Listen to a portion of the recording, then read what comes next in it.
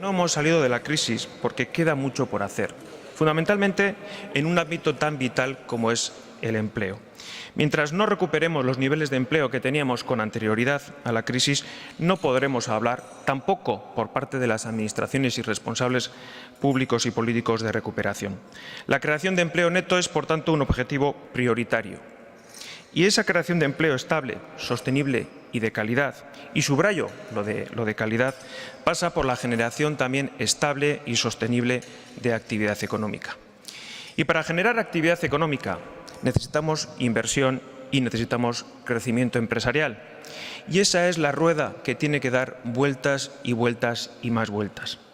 El futuro de Vizcaya pasa por la recuperación de músculo industrial y empresarial, porque sin tejido industrial y empresarial potente no tenemos ningún futuro. No tendremos ni empleo, ni servicios sociales, ni política cultural, ni servicios públicos, no tendríamos nada. Nada. La empresa, por tanto, es el motor de Vizcaya.